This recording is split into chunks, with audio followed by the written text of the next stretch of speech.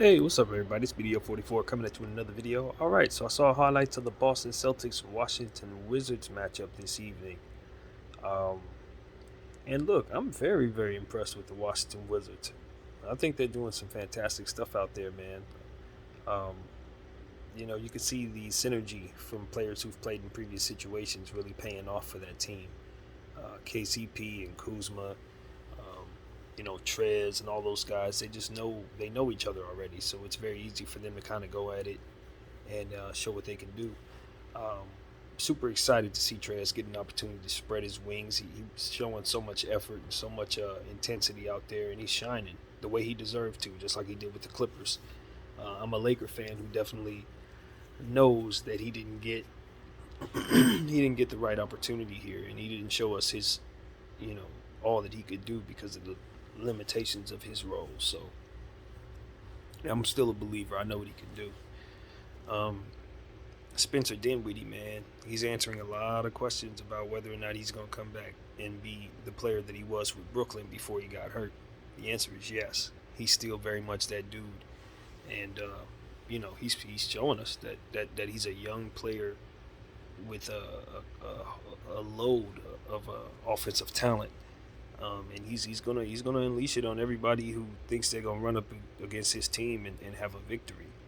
He is really a difference maker for this team. If he can continue to hit big shots and continue to be just a big time star level player, uh, the Wizards can make the playoffs because Bradley Beal is gonna be Bradley Beal. That goes without saying. KCP is such a weapon. He's developed so well over the years, in both here and in Detroit, and now he's just a well-oiled machine. Ready for to unleash in that corner. That's one of the things he was able to repeatedly exploit tonight. Something that us Laker fans know all too well. He won championship shooting that shot, and now that the Washington Wizards have him available on their team, that shot is available to them repeatedly, um, and they have so many different players that can hit various shots on the floor. I think that's one thing that I really like about their team is they've done a great job of making sure that their spacing is going to be just fine with a bunch of players who can shoot. And as I've mentioned before, in regards to Washington, energetic bigs who really go after it. Daniel Gafford is also another fantastic big player on this team that has a lot of energy, just like Trez. And soon Thomas Bryant will be back as well. So look out for the Washington Wizards. They're a team that I imagine is going to only get better as the season progresses, as people get back healthy. Denny Advija is back. He's dunking on people again.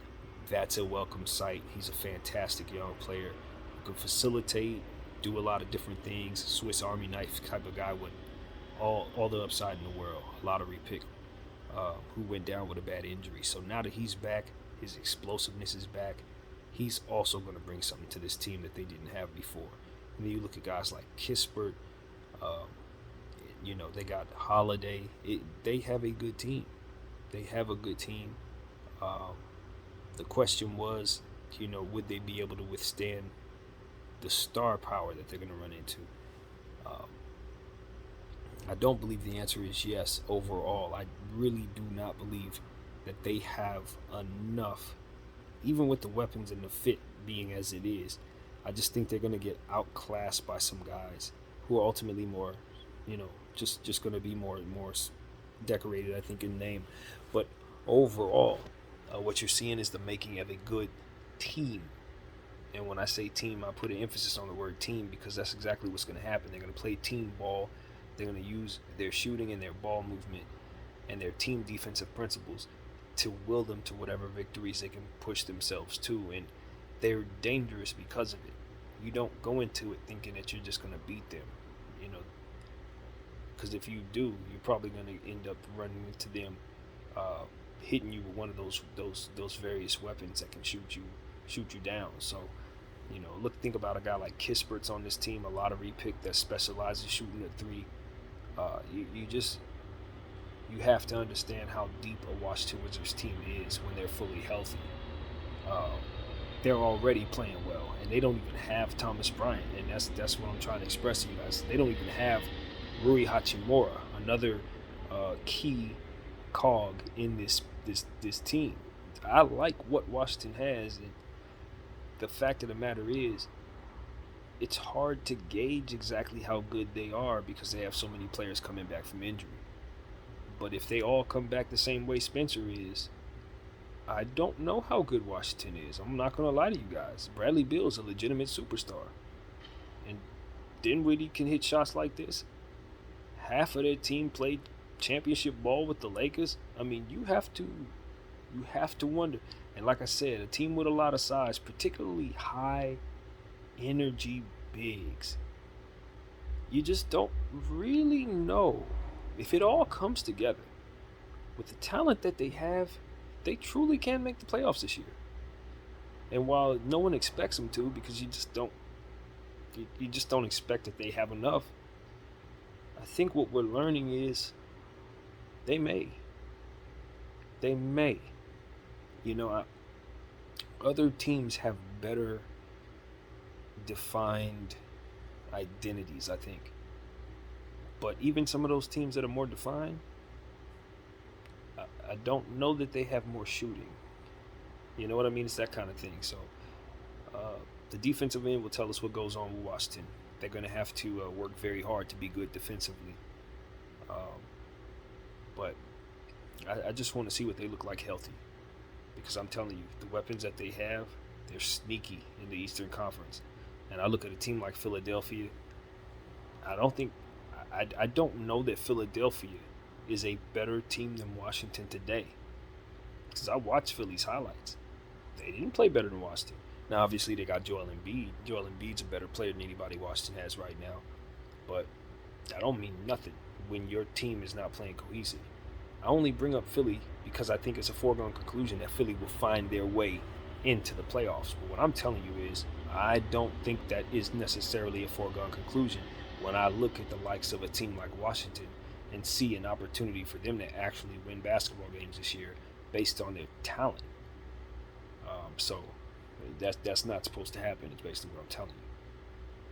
The Eastern Conference has teams that are not supposed to be as good as they are, and that's why I say teams like teams like Boston, Miami, Philly. Those are the teams that I'm telling you guys. The media thinks it's just a foregone conclusion they're all going to make the playoffs, and I'm telling you, I think it's a possibility all three of those teams could be in trouble this year in terms of making the playoffs. Because I think some teams are moving up. Cleveland's moving up. Washington's moving up. Atlanta is going to stay in the mix. Gotta understand, it's only so many spots. New York is a playoff team this year. I'm certain of that now. So it's like somebody's coming out. And it's going to be one of your favorites. It's going to be your Phillies. It's going to be one of those teams. Orlando's moving up. Got to understand, they got a lot of talent too. Some bigs, some guards. You see what Cole Anthony's doing. He's playing crazy. Toronto's moving up. And you see what's going on there. They're going to be getting Pascal Siakam back very soon. Detroit don't have Cade back, but when they get Cade, suddenly they have a massive lineup. Chicago's a contender. Somebody is falling out. And I'm telling you, it ain't one of them teams that the media is telling you is going to just fall out. It's going to be somebody they're expecting to make the playoffs. You'll see what I'm talking about. Anyway, so as far as Boston's concerned, give them a little credit because they were the other team on the other side of those highlights. Jason Tatum's continuing to be an MVP caliber player for me. Jaylen Brown's not healthy. He was not out there. Dennis Schroeder looks good. Very good for that team. He did some very good things for them. Time Lord, excellent. He's playing a lot of high-level energy basketball for the Celtics, which is just lighting a spark for that team. I really like what I'm seeing out of him. Al Horford doing the good vet things that you need him to do, making good passes, facilitating, helping with what they need on the floor. So Marcus Smart looks great, playing defense, doing Marcus Smart things. Just a lot of good things from the Boston Celtics, but ultimately they were caught off guard by Spencer Dinwiddie and KCP, if you ask me. That's what ultimately really did them in. And the intensity of Trez just tend to just overpower them. You know, Boston has some defensive issues. But I think overall it was just the lack. They lacked Jaylen Brown out there. They really needed his presence and so on and so forth. this is the thing, man. Now I don't know. The highlights don't tell me context. They don't give me nothing. But I really want to see Romeo Langford get an opportunity to just do something. Now that I know what he's capable of, I guess you can say what he is as a prospect. I really want them to give him a role. You know what I mean? Because the thing about a guy like Romeo Langford is what I'm finding out is like he has a NBA body, you know, metrics and athleticism and stuff like that that you really just need to like give opportunities to. I think of a guy like Darius Baisley in OKC. He just tore it up tonight against the Lakers. You know, I think Romeo Langford's that kind of player to where he just needs a lot of rope. You know, when Baisley got his first opportunity, he wasn't that much better cachet player than Romeo Langford right now. Just as many minutes, just as much athleticism, you know, some of the same stuff. It's just the role that you're given with the team that you have. I think Boston, he's playing behind Tatum and Brown. There's just no way for him to get that Darius Baisley role so he can just get out here and show you what he can do. I want him to have that. You know, I look at a guy like that, and because you know, we've talked about Grant Williams. He's getting opportunities. He's playing well. But you know the thing about Grant Williams is he's playing from behind the eight ball because of how people perceive his game.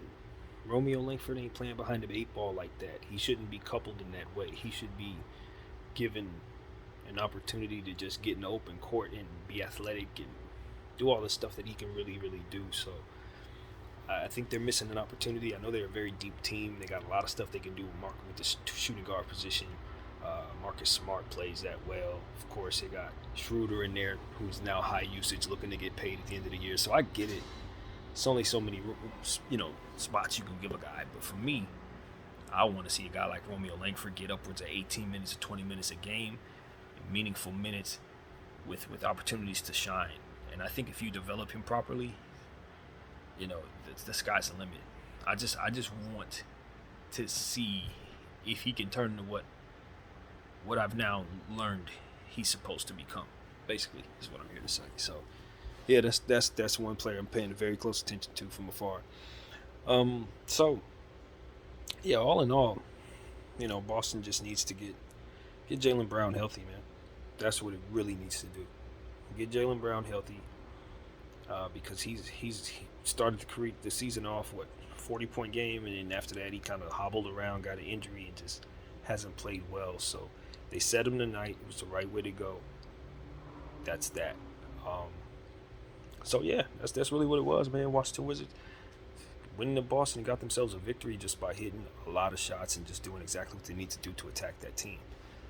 And that's really what I got, man. And I'll be watching some more highlights, see if I can give you some more opinions. And yeah, thank y'all for watching. BDF44. Peace.